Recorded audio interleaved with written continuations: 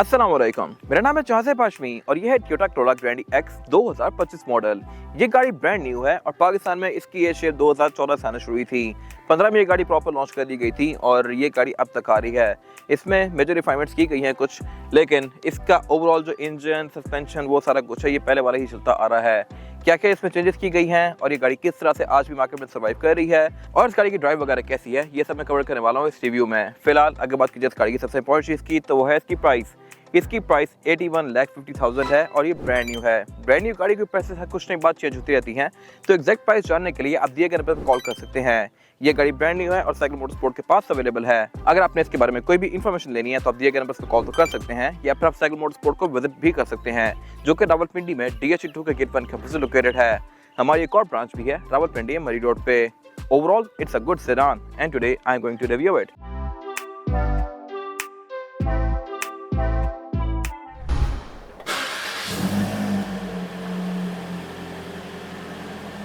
Alright, driving the Toyota Corolla grand X 2025 model. ये गाड़ी brand new है और ब्रांड न्यू गाड़ी होते हुए भी इस गाड़ी के इंटीरियर में बैठकर आपको एक फील आएगी कि इसका इंटीरियर अपडेट हो सकता था। 2025 में अब गाड़ियों के बहुत सारे नए नए इंटीरियर्स आ गए हैं और इसी प्राइस ब्रैकेट में MG वगैरह भी आ गई हैं और उनके इंटीरियर इस गाड़ी से काफ़ी खूबसूरत हैं। बट ऑल्दो ये गाड़ी अच्छी है, इसकी रीसेल वैल्यू काफ़ी स्ट्रॉन्ग है, इसके पार्ट्स आपको इजीली मिल जाते हैं, रिलायबल भी काफ़ी है। बट स्टिल ये कुछ ऐसी चीज़ें हैं जहाँ पे ये गाड़ी फॉल बिहाइंड करती है और एक्जैक्टली क्या क्या चीज़ें हैं जो कि ये गाड़ी लैक करती है वो मैं कवर करूँगा आगे जाकर इस वीडियो में। फिलहाल जहाँ तक बात है इस गाड़ी की तो ये कोरोला का सबसे बड़ा इंजन है 18 सीसी, जो कि ये गाड़ी पाकिस्तान में ऑफर कर रही है और इस इंजन को भी हम टेस्ट करेंगे कि ये इंजन किस हद तक परफॉर्मेंस में अच्छा है या ये भी फॉल बिहाइंड करने लग गया है। तो जहाँ तक बात है टेक्निकल फिगर्स की तो ये गाड़ी 138 हॉर्स पावर प्रोड्यूस करती है, जो कि सिविक ओरियल से बेहतर है। टर्बो इससे ज़्यादा तेज है बट ओरियल से ये गाड़ी बेहतर है। एलेंट्रा भी कैटेगरी के लिहाज से इससे ऊपर ही रही है हमेशा, वो गाड़ी एक अलग लीग की गाड़ी है। बट जहाँ तक बात है इस गाड़ी की तो ये इस कैटेगरी में अभी भी एक डिसेंट इंजन है और परफॉर्मेंस भी इस गाड़ी की डिसेंट है। कोरोला के बारे में जो सबसे ज़बरदस्त चीज़ है जो इसको स्टैंड आउट करवाती है वो है इस गाड़ी का सस्पेंशन वाइज ये गाड़ी काफ़ी स्मूथ है। अभी इस गाड़ी को मैं हर तरह की रोड पर चला रहा हूँ लेकिन ये गाड़ी कहीं पे भी रोड फील नहीं करवा रही। इससे पहले मैंने इसी रोड पे MG HS ड्राइव की है PHEV, वो गाड़ी प्रॉपर रोड फील करवा रही थी। फिर इसी तरह H6 में जो बेसिक वर्जन है उसको मैंने टेस्ट ड्राइव किया है थी रोड पे। रोड का जो ट्रेड है वो आपको फील होता है गाड़ी के स्टीयरिंग में। फिर इसी तरह कोई खड्डा आता है तो वो गाड़ियाँ बड़ी बुरी तरह से लगती हैं। ये गाड़ी काफ़ी हद तक खड्डों को एब्जॉर्ब कर जाती है। Same goes for breakers. But इतनी सॉफ्ट राइड की एक डाउन साइड है वो ये है कि ये गाड़ी की बहुत ज़्यादा स्टेबल नहीं है। स्टेबिलिटी के लिहाज से सिविक वगैरह से बेहतर हैं, बट अगेन सिविक आपको खड्डे फील करवाती है, ये खड्डे फील नहीं करवाती। जब आप टाइट टर्न्स लेते हैं तो सिविक की ग्रिप बेहतर होती है। ये गाड़ी आपको कंट्रोल लूज करती हुई फील करवाती भी है और कंट्रोल लूज कर भी जाती है। अगर आप बहुत शार्प टर्न एक जोर एकदम से लेंगे तेज स्पीड पे तो ये गाड़ी पीछे से टेल कर सकती है या ओवर स्टीयर कर सकती है या अंडर स्टीयर कर सकती है, जबकि सिविक वो टर्न्स इजीली ले जाती है, इवन सिटी भी। तो ये किसकी डाउन साइड है। बट मेरे ख्याल से डे टू डे यूज़ के लिहाज से ये सस्पेंशन बेहतर है, क्योंकि आपने गाड़ी को कौन सा भी बहुत सारा रोज भगाना होता है या शार्प टर्न्स लेने होते हैं, तो राइड स्मूथ होना ज़्यादा मैटर करता है। इसी चीज़ पे कोरोला बिक रही है, बट ये चीज़ टोयोटा ने बहुत ज़्यादा एक्सप्लॉइट कर ली है। अब इस गाड़ी को तकरीबन 11 साल हो चुके हैं पाकिस्तान में आते हुए, बट यहाँ पे कोई मेजर रिफाइनमेंट नहीं की गई। जहाँ तक बात है इस गाड़ी के कंपटीशन की तो वो सिविक एक्स बनता था इस एरा में। ये गाड़ी पाकिस्तान में 2014 में लॉन्च की गई, 15 से सही से आना शुरू हुई थी और 16 में सिविक एक्स आ गई। 15 में टोयोटा ने पूरी तरह से कोशिश की थी कि कस्टमर्स को फिर से एक्सप्लॉइट किया जाए। 15 इंच के रिम दिए थे, क्लाइमेट कंट्रोल इस गाड़ी में नॉर्मल था, स्टीयरिंग पे कोई खास कंट्रोल्स नहीं थे, सब कुछ इस गाड़ी का बेसिक था। बट 16 में आई फिर सिविक में 16 इंच के रिम आ गए, क्लाइमेट कंट्रोल ऑटोमेटिक आ गया, बैक पे स्क्रीन आ गई, टर्बो वर्जन आ गया, बहुत सारी चीज़ें और ऑफर कर दी सिविक ने, जो कि ये गाड़ी ऑफर कर ही नहीं रही थी। हालांकि ये भी तब लेटेस्ट जनरेशन थी। तो फिर कोरोला ने फौरन से इसका फेस लिफ्ट निकाला 2017 में, जिसमें इसकी हेडलाइट्स बेहतर कर दी गई, इसमें क्लाइमेट कंट्रोल ऑटोमेटिक दे दिया गया और भी बहुत सारी चीज़ें इंप्रूव की गई, रिम भी 16 इंच के कर दिए गए। तो कोरोला हमेशा से ही कस्टमर्स को थोड़ा सा ना पूरी तरह से खींचता है। इस लिहाज से मेरे ख्याल से बाकी ये होंडा वगैरह या MG वगैरह बहुत बेहतर ब्रांड्स हैं। अभी भी टोयोटा ने इस गाड़ी को बहुत लंबा अर्सा खींच लिया है, जबकि फॉरेन कंट्रीज में इस गाड़ी की और भी काफ़ी सारी जनरेशन आके ख़त्म भी हो चुकी हैं। पाकिस्तान में इसकी नेक्स्ट शेप पता नहीं कब आएगी, जब भी आएगी आई एम श्योर वो हाइब्रिड होगी और फीचर्स के लिहाज से काफ़ी इंप्रूव्ड होगी, क्योंकि पाकिस्तान में बहुत सारे ऑप्शंस आ गए हैं और इसी प्राइस ब्रैकेट में आ गए हैं। तो इस गाड़ी की मार्केट अब काफ़ी तक स्टैग्नेंट हो गई है और फिर कल को शायद ड्रॉप भी होना शुरू हो जाए अगर ये गाड़ी ऐसे ही आती रही। कुछ टाइम पहले मैंने इसके ऑल्टिस 1.6 स्पेशल एडिशन वर्जन का रिव्यू भी किया था, जो कि अब जाके हमारे यूट्यूब चैनल पर देख सकते हैं। वो गाड़ी भी एक अच्छा ऑप्शन है, बट ये गाड़ी भी कीमत को जस्टिफाई करती है। किस तरह से मैं कवर करूंगा अभी। इस गाड़ी को मैं कंप्लीट शॉप ले आया हूँ और अब इसका 0 to 100 चेक करते हैं। तो 3, 2, 1।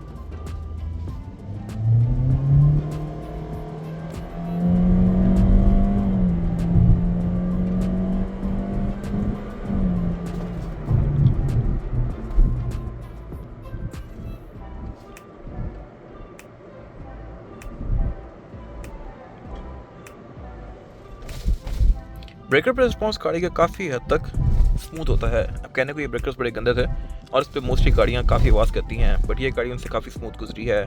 इससे पहले मैंने MG का हैवल में F6 का रिव्यू किया हुआ है और उन गाड़ियों का रिस्पॉन्स इससे काफ़ी हार्श है इन ब्रेकर्स पे। ये गाड़ी काफ़ी स्मूथ गुजरती है, बट अगेन इसमें टेक्नोलॉजी अब थोड़ी एडवांस हो सकती है। इस गाड़ी को मैं टर्न कर रहा हूँ तो यहाँ पे कोई खास फीचर्स नहीं दिए गए। इसी प्राइस पॉइंट पे जो MG आती है उसको मोड़ने पे 360 कैमरा दोनों जाते हैं।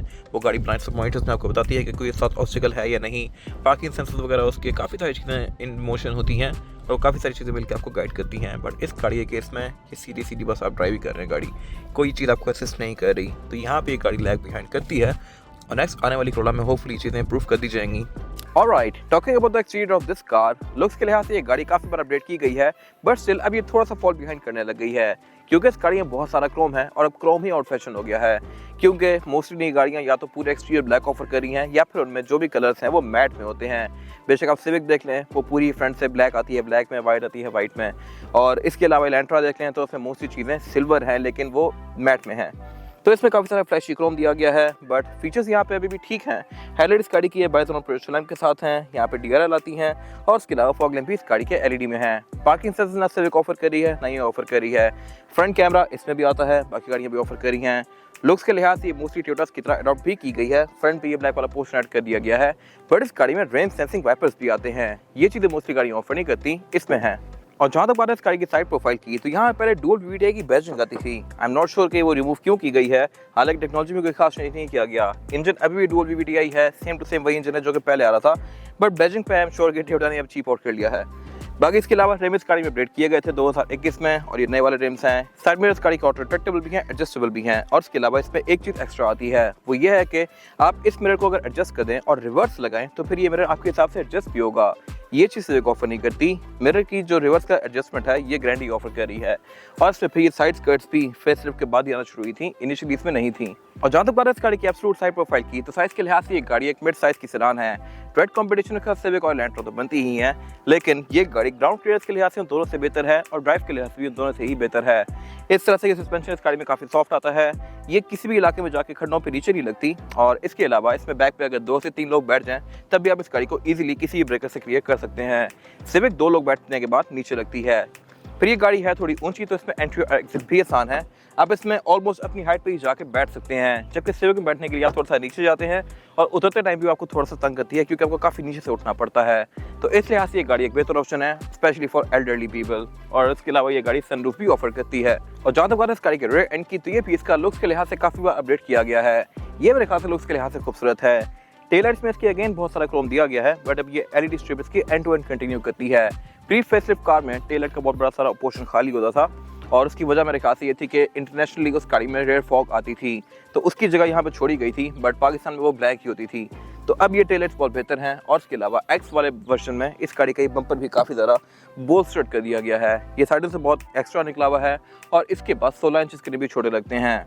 बाकी इसके अलावा ट्रंक कैपेसिटी के लिहाज से ये गाड़ी डिसेंट है और इसमें स्पेयर टायर भी प्रॉपर फुल साइज आता है।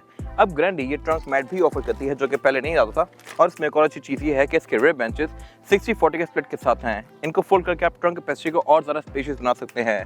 ये चीज़ सिविक अभी तक ऑफर नहीं कर रही। बाकी इसके अलावा ट्रंक के अंदर प्रॉपर इंसुलेशन दी गई है।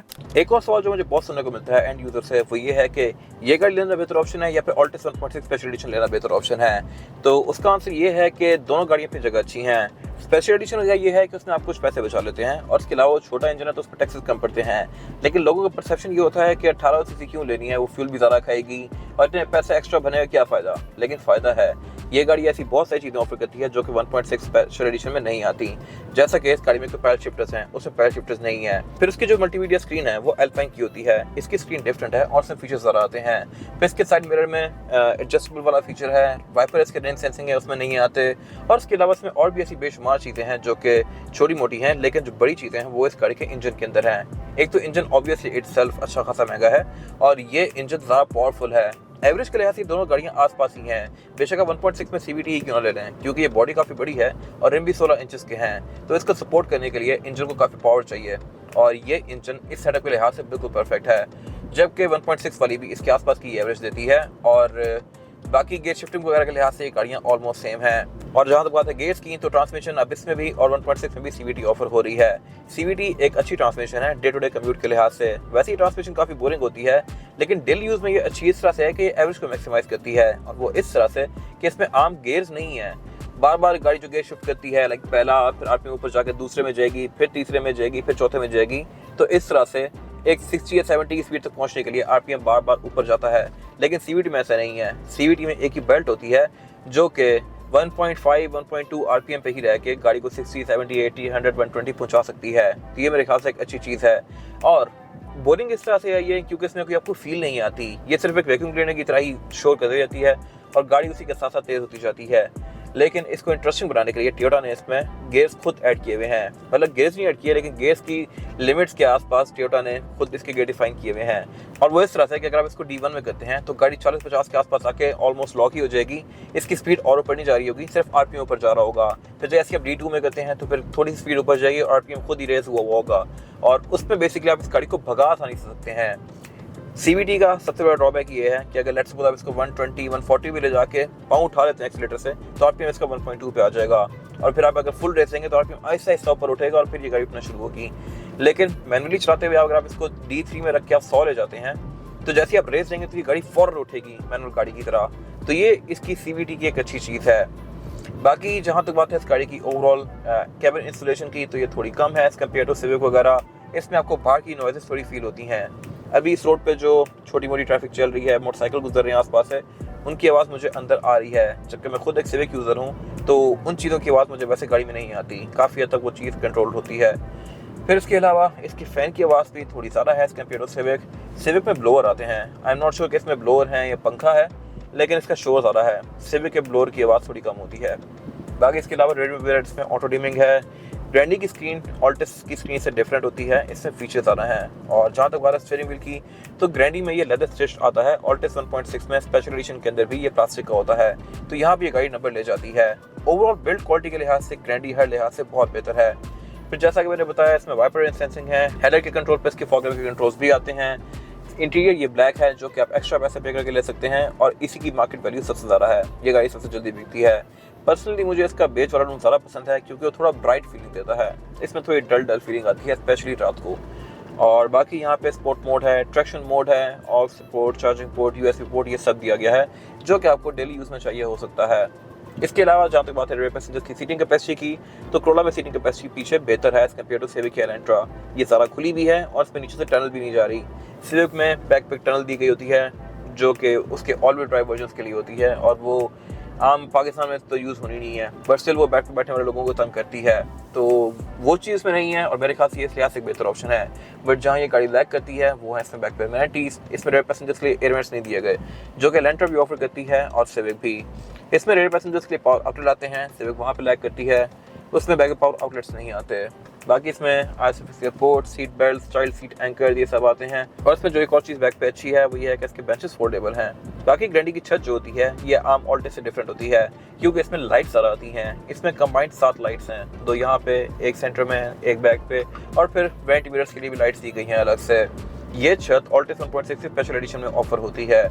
बाकी जहाँ तक बात है एवरेज की, तो ये आपको 12-13 के आराम से दे सकती है डिपेंडिंग अपॉन ड्राइविंग पैटर्न। फिलहाल ये गाड़ी मुझे 5.3 की शो करवा रही है, ऑब्वियसली क्योंकि एक ब्रांड न्यू कार है, और अभी ये लाइक 4 किलोमीटर से मैंने चलाना शुरू की थी और अभी ये 15 किलोमीटर पे पहुंची है। तो जैसे जैसे ये गाड़ी रनिंग में आएगी, यूज़ होगी और लॉन्ग रूट पे चलेगी, तो फिर आपको पता लगेगा कि इसकी एवरेज है क्या। अभी तो ये 5.3 5.4 से ऊपर ही नहीं जा रही।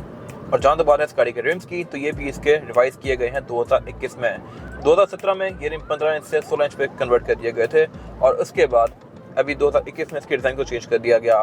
टायर्स में 2017 के बाद से अच्छा आ रहा है, तो ये मेरे ख्याल से एक अच्छी चीज़ है। और अब अगर बात की जाए इस गाड़ी के इंजन की, तो इंजन इसमें टॉप ऑफ द लाइन है, 1800 सीसी पेट्रोल। बाकी इंजन कौन से आते हैं मैंने एक्सप्लेन किए हैं, बट अगर बात की जाए इस इंजन की, तो इस पर ट्रांसमिशन और CVT आती है।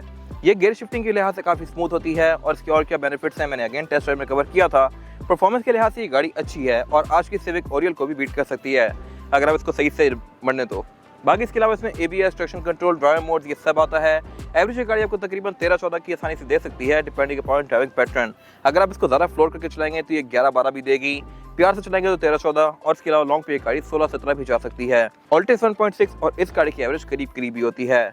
बाकी इसके अलावा इसके बोनट के अंदर इंसुलेशन दी गई है, इंजन ही बहुत सारा रिलायबल है, और इसके अलावा इसके पार्ट्स भी आपको इजीली मिल जाते हैं। ये था आज का रिव्यू। अगर आपको रिव्यू पसंद आया है तो उसको लाइक कीजिए, मेरे चैनल को सब्सक्राइब कीजिए, और अगर आपके पास इस गाड़ी से रिलेटेड कोई भी राय है तो उसको कमेंट सेक्शन में शेयर जरूर कीजिएगा, ताकि वो लोग जो ये गाड़ी लेने वाले हैं वो आपकी राय से फायदा उठा सकें। अपना ख्याल रखिएगा।